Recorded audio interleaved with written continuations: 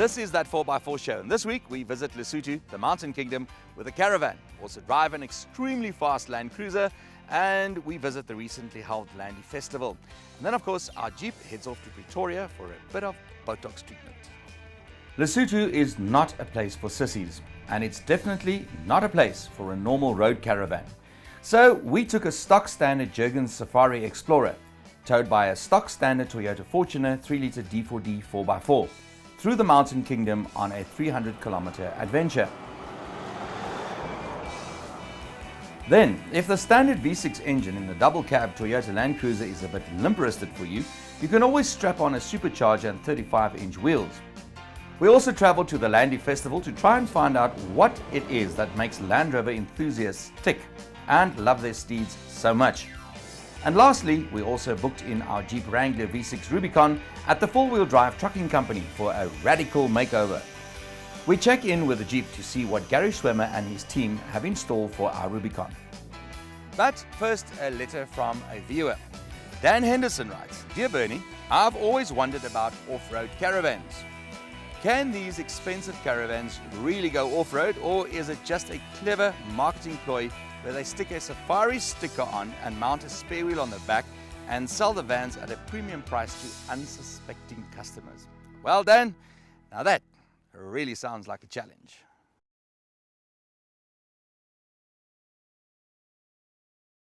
So here we are in the mountain kingdom of Lesotho, and we find ourselves here with South Africa's favorite SUV and also South Africa's favorite off-road caravan, the Jurgens Explorer. And for the next 2 days, we're going to be testing these two vehicles over some of the most rugged terrain that you could possibly find in Southern Africa. Before we get rolling up the Moteng Pass, some quick lowdown on our rig. We all know the Toyota Fortuner. This is a standard 3-litre D4D 4x4. The 3-litre turbo diesel engine delivers 120 kilowatts of power and 343 newton meters of torque at a low 1,400 revs per minute. It is permanently four-wheel driven, and although the drivetrain is starting to show its age some, it remains one of the most solid packages in the SUV segment. At 500,000 Rand, it is a sizable investment, albeit a very solid one that won't lose as much value as many other SUVs.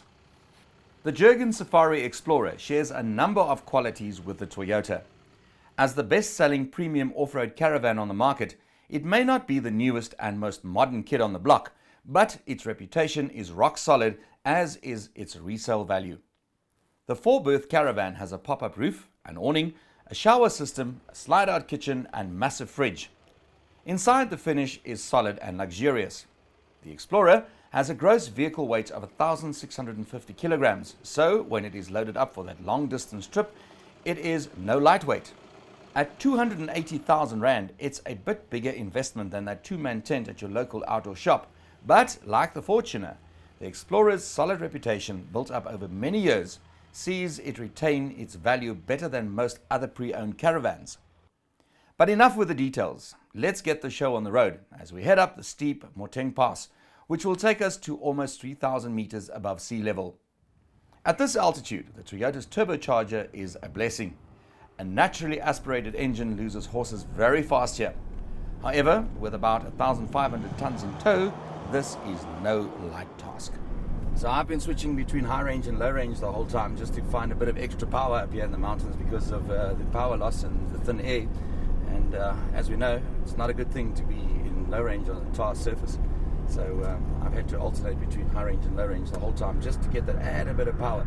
Up and up we went until finally we reached the top of the pass.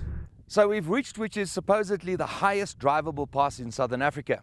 Tlayeng Pass at 3,251 meters here in the mountain kingdom of Lesotho. Up until now, I haven't seen any other caravans around. So far, so good. But any normal on-road caravan would have been able to complete this task. On to more challenging tests then. On we went, past the Oxbow Lodge, and then we bid the smooth tar surface farewell for the next 2 days. From here on, it would just be gravel, rocks and some more gravel. This is now where the Jurgens Explorer starts coming into its own. With its heavy-duty chassis and rubber torsion-independent swing arm suspension rated at 1,800 kilograms, the Explorer was designed to handle conditions like this all day long. It also features several bash plates and crash bars to help protect the body. But this was still the very easy part.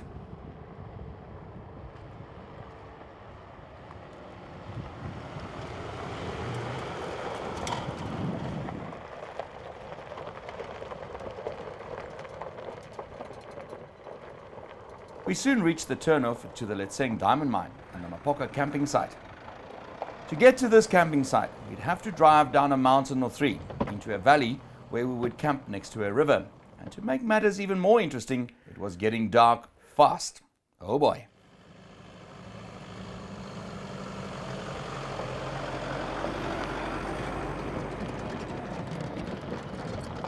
The track soon got a whole lot of tricky. Fortunate standard side steps soon took some blows as we dragged the caravan over the rocky terrain. Ditto for the caravan's bash plate, directly underneath the tow bar. The Toyota's rear differential lock was soon called up from the reserve bench too as the rocks got bigger. On and on we plodded, down the tracks that have clearly been washed away by recent rains. The Explorer's all-terrain tires manned up against the rocks, and Fortuna carried on regardless, dragging the 1.5-ton caravan down the mountain over the rocks.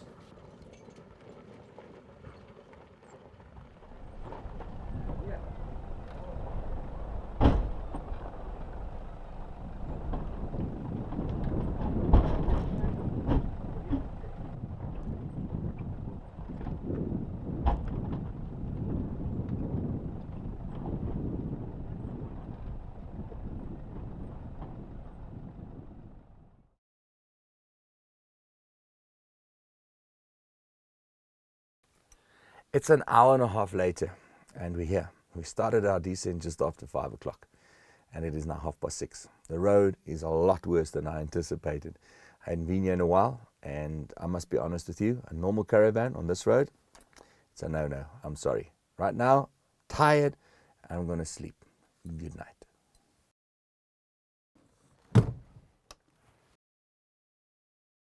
Thabo Marewa wrote an email in which he said, "Bernie, I don't understand why some people are so besotted with Land Rovers. These 4x4s, what is so special about them? And who are these people that love Land Rovers so much?"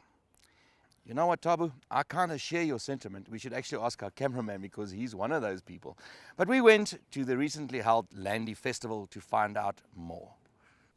Welcome to the 2014 Land Rover Festival, held at the Soetdoring Vakansieplaas near Vereniging.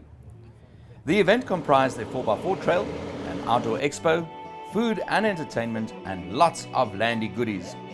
But to answer your question, Thabo, let's look at some of the observations and conclusions we have arrived at after some, well, thorough research. Point 1. Land Rover enthusiasts seem to have a particularly keen sense of fashion and dress code. Point 2. Land Rover enthusiasts like to watch a very cool Huey helicopter put out a Veldfire. Point 3. Land Rover enthusiasts like to drive around in circles to try and beat a Guinness World Record for the most vehicles in a Land Rover convoy. Point 4. Land Rover enthusiasts are really enthusiastic about driving through mud. Point 5. Land Rover owners believe the vehicles can achieve anything, even if they are stock standard and the obstacle is extremely difficult.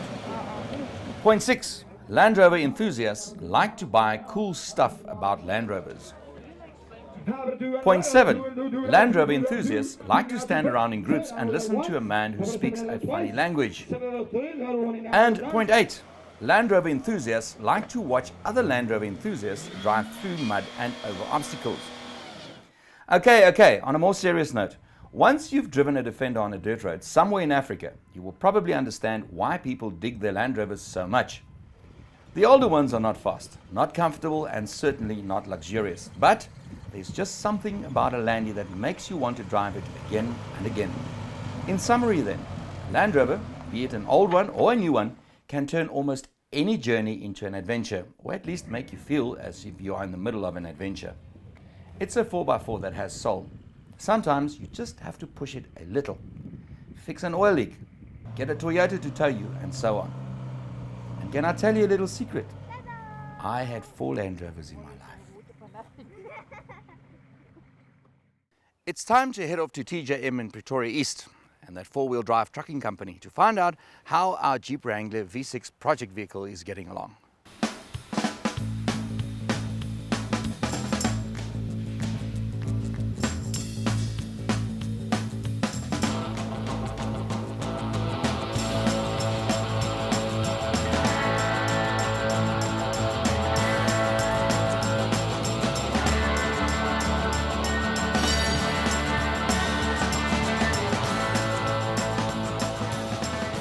The Jeep Wrangler V6 is now in the custody of Gary Swemmer and his henchmen at the four-wheel drive trucking company in Pretoria East. Gary specializes in custom 4x4 and overland builds, and we've given him a right challenge in turning the short on interior space two-door Wrangler into an even more accomplished off-roader with limited overlanding abilities for two persons. So first things first, and Paul removes the standard plastic front bumper. Next, the team checks the fitment of a new TJM bull bar designed specifically for the Jeep. Gary has some plans for this bull bar though. Not content with the same old, Gary puts in an order for a chopped bull bar. So Paul has to cut the bull bar shorter to create a unique new bar. And then the man arrived with some lights. Corné van der Merwe is the official importer of JW's speaker LED lights from the USA. These top quality LED lights replaces the Jeep's standard halogen headlamps with a plug-and-play solution and provide substantially more light for nighttime driving. These units are not cheap. Set like this retails for 13,500 Rand. Find out more about Gary Swemmer and his team and the speaker headlights on our Facebook site.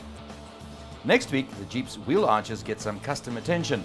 We find out how that custom bull bar turned out. The Land Cruiser pickup V6 comes with a handy 176 kilowatts of power. But what do you do if you need 100 kilowatt extra? Well, you take it to Gary Swemmer and you ask him to maak 'n plan. Meet one of the four-wheel drive trucking company's latest creations, a supercharged Toyota Land Cruiser double cab bakkie with 261 kilowatt of power and 550 Newton meters of torque. It's got just about every upgrade in the book and then some. Gary explains. Well, we built a few cruisers in the last 10 years, and a lot of our clients have come back, and about a year ago we did a Arctic cruiser, the first one. It was mine. It was a V6 single cab, and one of our clients saw it, a photo of it, and he brought the new double cab, and he asked us would we do that. For the engine and brake upgrade, the cruiser was sent to supercharging experts Rob Green Motorsport in Randburg. There, the imported supercharger system was fitted, along with a high-performance exhaust system and the upgraded braking system, which features ventilated discs and upgraded pads. The suspension was upgraded with TJM parts, and big 35-inch Cooper Discoverer mud-terrain tires on Arctic truck rims were added. Gary had the new wheel arches custom-made too. A new rear bar with a spare wheel carrier was added, along with rock sliders. 6 KC driving lights make light of night, and a tonneau cover for the buck keep prying eyes out. The front bumper is another TJM item, and this one is even fitted with special LED spotlights instead of the customary halogen lights. A heavy-duty winch is standard too, of course. The upgrades were not limited to the exterior. In the cabin, custom door panels with upgraded speakers were fitted along with an amplifier. The standard cloth seats also came in for some treatment. They are now fitted out in suave leather with white stitching. But that's all bling, you may say. What is this cruiser like to drive?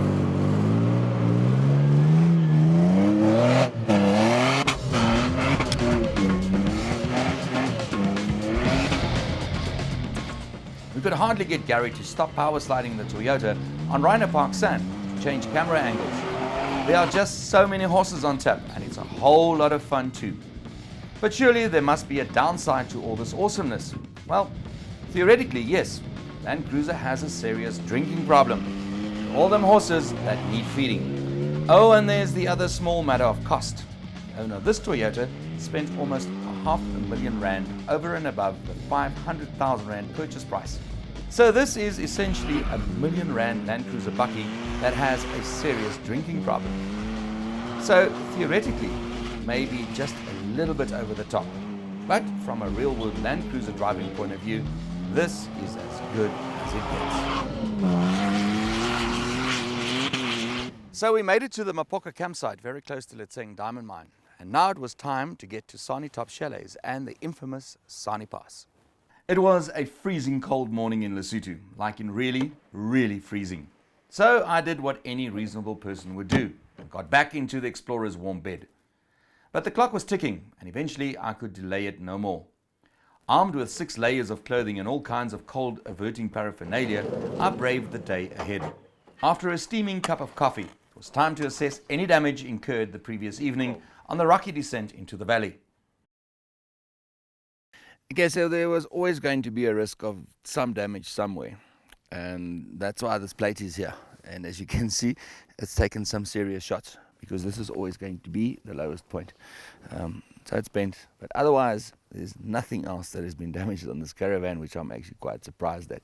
When it comes to the vehicle, we have the standard side runners as is from the manufacturer, and there's no visible damage. The only damage is right underneath where the brackets are, that it's caught on rocks. But otherwise, nothing. I'm actually quite surprised considering where we drove yesterday. I don't think you really get the right picture by seeing it on camera. It was a lot worse than it looked, that I can promise you. We soon hit the tracks, bidding the campsite and the friendly Alice farewell. And just outside the campsite, the first challenge, the first water crossing. It was a particularly rocky crossing, and at the final climb, a big rock in front of the Toyota's one wheel brought the train to a halt. Reversed to get a better angle, and Bob's your uncle. Onwards and forwards and whatnot we went. This road is not really a road.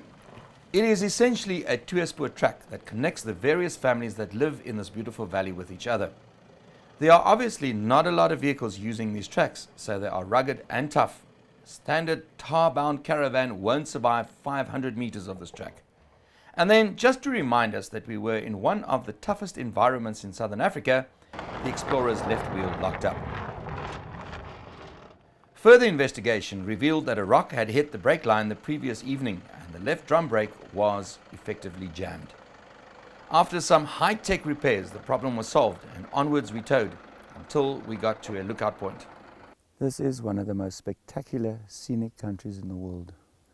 I just love Lesotho.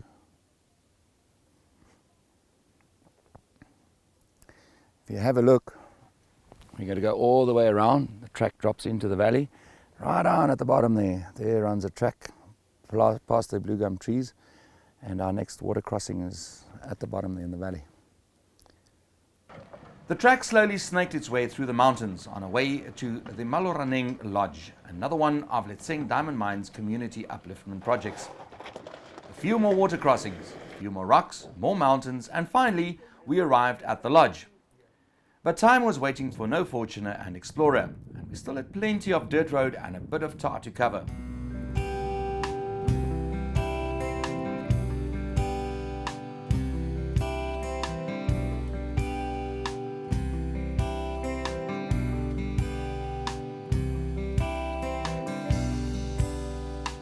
One thing that is for sure, in Lesotho, using the actual distance to your destination will not offer an accurate calculation of how long it will take you to get there. Instead, the locals speak only in hours, so it will take 5 hours to drive from X to Y and so on. We arrived at the last section for the day, the beautiful and challenging route from Mogotlong to the top of the Sani Pass. But instead of beautiful and spectacular, we found loads of red Chinese trucks, lots of bitumen, and roadworks that have completely destroyed the attraction of this route. Sure, progress is progress, but it's also sad that this historic piece of road, so beautiful and amazing, will now be forever lost. Instead of brave adventurers in 4x4s, the road will soon be filled with our buses filled with tourists. Oh well, c'est la vie. The going was still extremely slow, and again we had to drive the bit to the Sani Top Chalets camping area in the dark. It was bitterly cold, so I did what any reasonable person would do. I parked the rig, climbed into my 6 layers of sleeping bags, and went to sleep.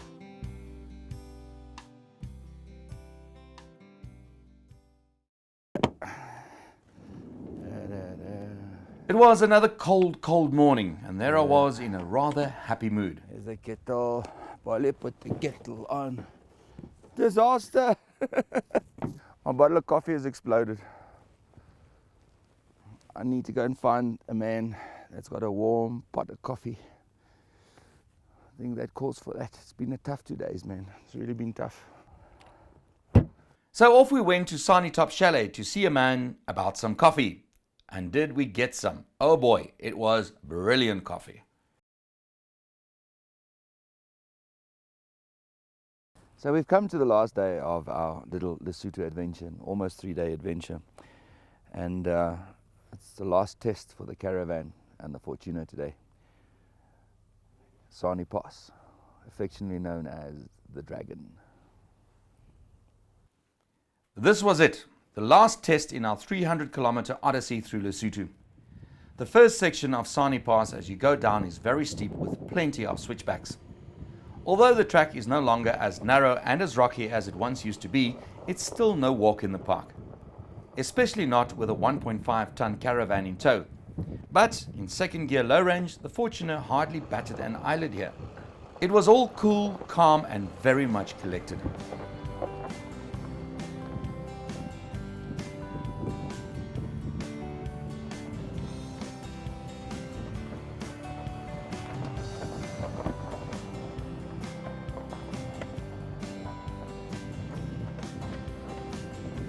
With that steep section dispatched, it was only the last stretch to the SA border post that remained. And finally, alas, it was done. It was time for the final hurrah. So the question that was asked was, is an off-road caravan just a clever marketing ploy or not? Well, the simple answer is no. Because we've just completed almost 300 kilometers of serious adventure driving through Lesotho. This is truly an off-road caravan. Yes, we had one small incident, but nothing that couldn't be taken care of. Here we are, happy campers. Well, folks, that's unfortunately all for this week. Next week, we send Mr. T off on an epic journey of his own. Have a look at another big 4x4 rig. We also drive an awesome 4x4 trail, and we catch up in the latest of our project vehicles. See ya.